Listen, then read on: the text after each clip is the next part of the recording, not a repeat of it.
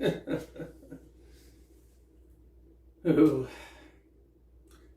well, hello there, and welcome to Frank Reads.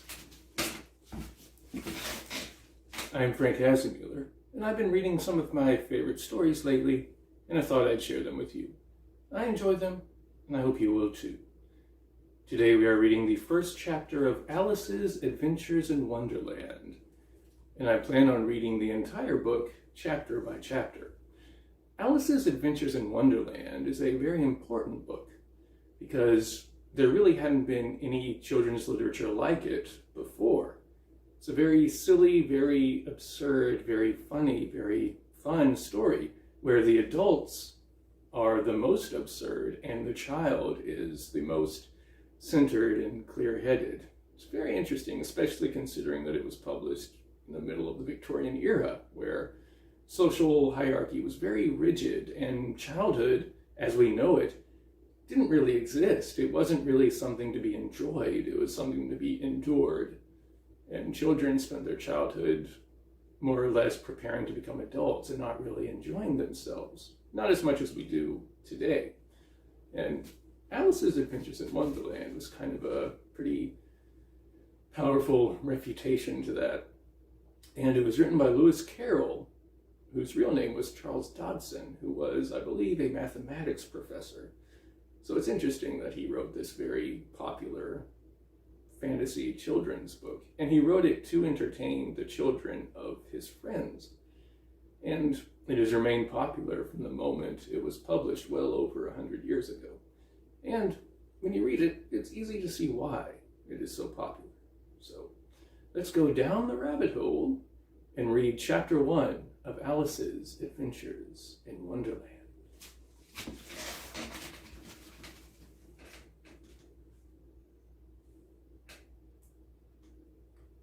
Alice was beginning to get very tired of sitting by her sister on the bank and of having nothing to do. Once or twice she had peeped into the book her sister was reading, but it had no pictures or conversations in it. And what is the use of a book, thought Alice, without pictures or conversations? So she was considering in her own mind, as well as she could, for the hot day made her feel very sleepy and stupid, whether the pleasure of making a daisy chain would be worth the trouble of getting up and picking the daisies, when suddenly a white rabbit with pink eyes ran close by her. There was nothing so very remarkable in that, nor did Alice think it so very much out of the way to hear the rabbit say to itself, oh dear, I shall be late."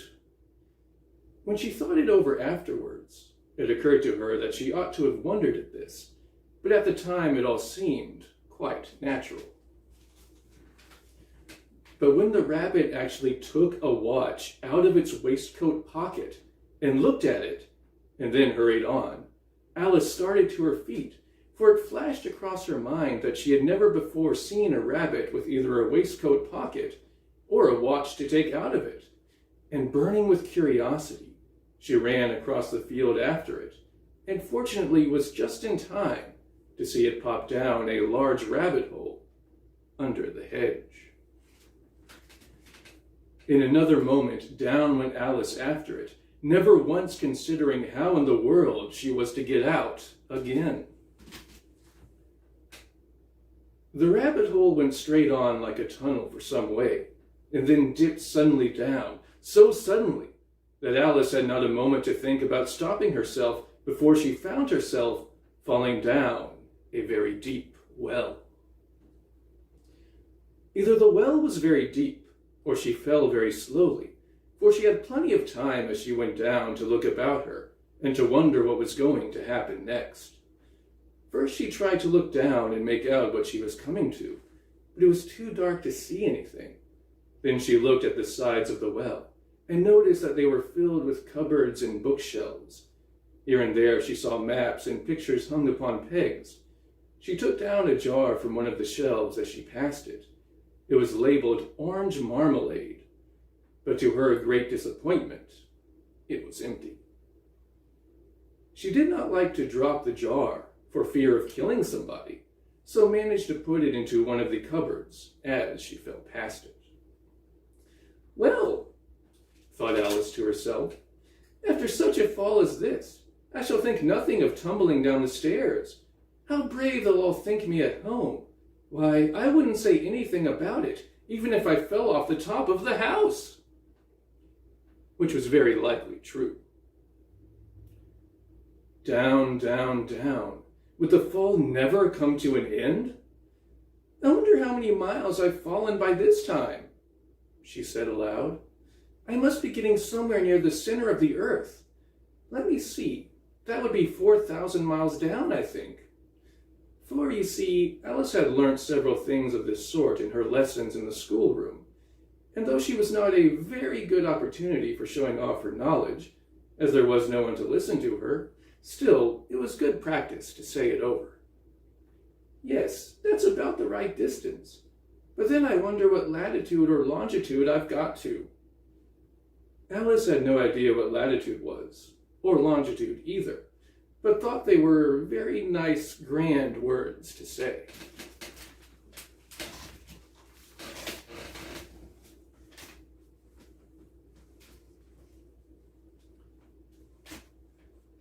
Presently, she began again. I wonder if I shall fall right through the earth. How funny it'll seem to come out among the people who walk with their heads downward. The antipathies, I think. She was rather glad there was no one listening this time, as it didn't sound at all the right word. But I shall have to ask them what the name of the country is, you know. Please, ma'am, is this New Zealand or Australia? And she tried to curtsy as she spoke.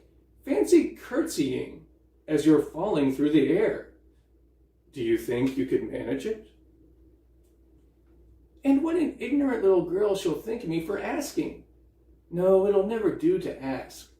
Perhaps I shall see it written up somewhere. Down, down, down. There was nothing else to do, so Alice soon began talking again. Dinah'll miss me very much tonight, I should think. Dinah was the cat. I hope they'll remember her saucer of milk at tea time. Dinah, my dear, I wish you were down here with me. There are no mice in the air, I'm afraid, but you might catch a bat, and that's very like a mouse, you know. But do cats eat bats, I wonder? And here Alice began to get rather sleepy, and went on saying to herself in a dreamy sort of way, do cats eat bats? Do cats eat bats?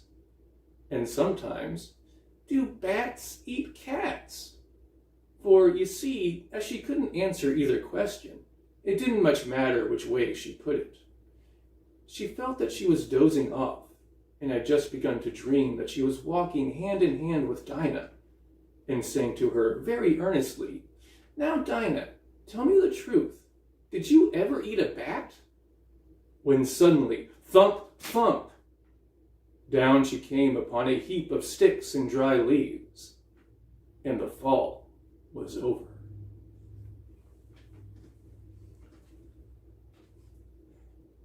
Alice was not a bit hurt, and she jumped up onto her feet in a moment. She looked up, but it was all dark overhead. Before her was another long passage, and the white rabbit was still in sight, hurrying down it.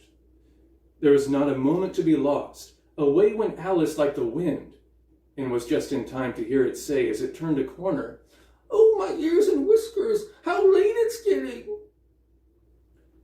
She was close behind it when she turned the corner, but the rabbit was no longer to be seen.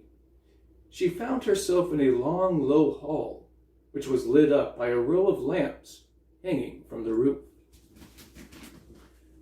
There were doors all round the hall, but they were all locked, and when Alice had been all the way down one side and up the other, trying every door, she walked sadly down the middle, wondering how she was ever to get out again.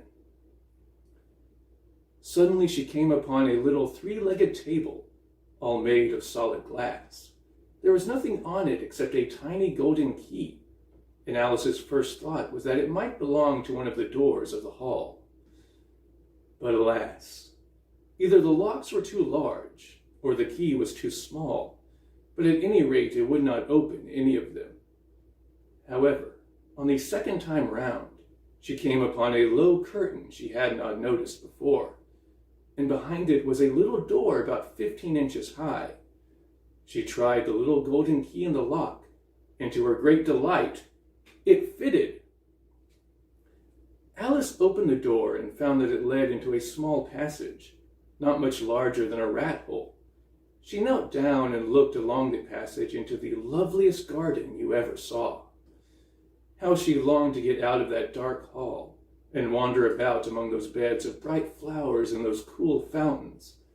But she could not even get her head through the doorway. And even if my head would go through, thought poor Alice, it would be of very little use without my shoulders. Oh, how I wish I could shut up like a telescope. I think I could, if I only knew how to begin.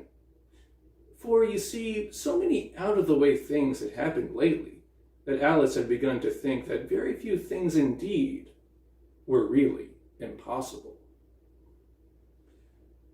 There seemed to be no use in waiting by the little door, so she went back to the table, half hoping she might find another key on it, or at any rate a book of rules for shutting people up like telescopes.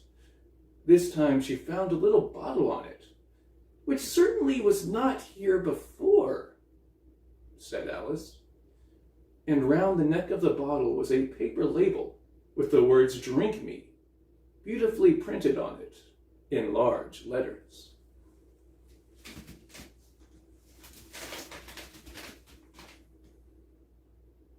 It was all very well to say "drink me," but the wise little Alice was not going to do that in a hurry. "No, I'll look first," she said, "and see whether it's marked poison or not." For she had read several nice little histories about children who had got burnt and eaten up by wild beasts and other unpleasant things, all because they would not remember the simple rules their friends had taught them, such as that a red-hot poker will burn you if you hold it too long, and that if you cut your finger very deeply with a knife, it usually bleeds. And she had never forgotten that, if you drink much of a bottle marked poison, it is almost certain to disagree with you sooner or later. However, this bottle was not marked poison, so Alice ventured to taste it, and finding it very nice, it had, in fact, a sort of mixed flavor of cherry tart, custard, pineapple, roast turkey, toffee, and hot buttered toast. She very soon finished it off.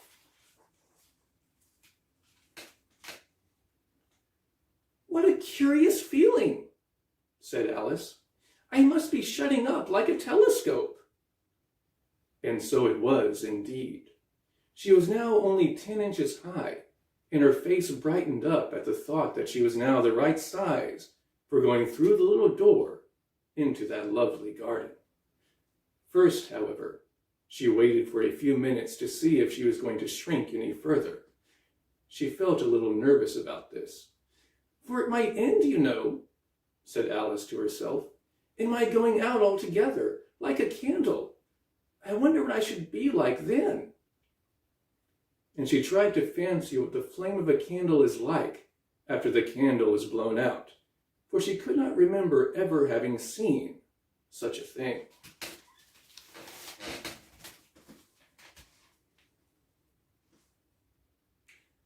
After a while, finding that nothing more happened, she decided on going into the garden at once. But alas for poor Alice! When she got to the door, she found she had forgotten the little golden key, and when she went back to the table for it, she found she could not possibly reach it. She could see it quite plainly through the glass, and she tried her best to climb up one of the legs of the table, but it was too slippery. And when she had tired herself out with trying, the poor little thing sat down and cried. "Come, there's no use in crying like that," said Alice to herself rather sharply. "I advise you to leave off this minute." She generally gave herself very good advice, though she very seldom followed it. And sometimes she scolded herself so severely as to bring tears into her eyes. And once she remembered trying to box her own ears for having cheated herself in a game of croquet she was playing against herself. For this curious child was very fond of pretending to be two people. But it's no use now, thought poor Alice, to pretend to be two people. Why, there's hardly enough of me left to make one respectable person. Soon her eye fell on a little glass box that was lying under the table. She opened it and found in it a very small cake on which the words "Eat me" were beautifully marked in currants.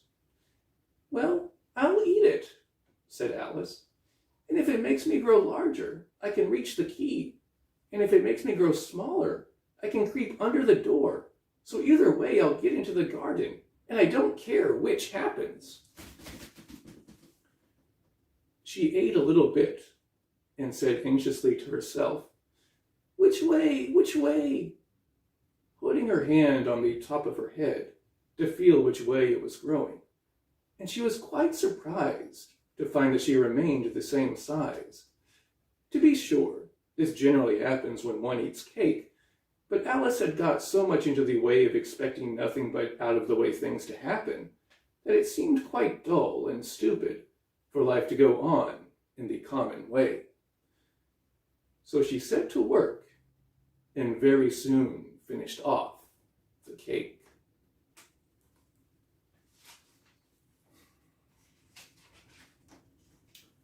Well, that is the end of chapter 1 of Alice's Adventures in Wonderland. And we'll see what happens next when I read chapter 2. I hope you enjoyed that. I know I did. And I hope you'll join me next time. And until then, keep reading.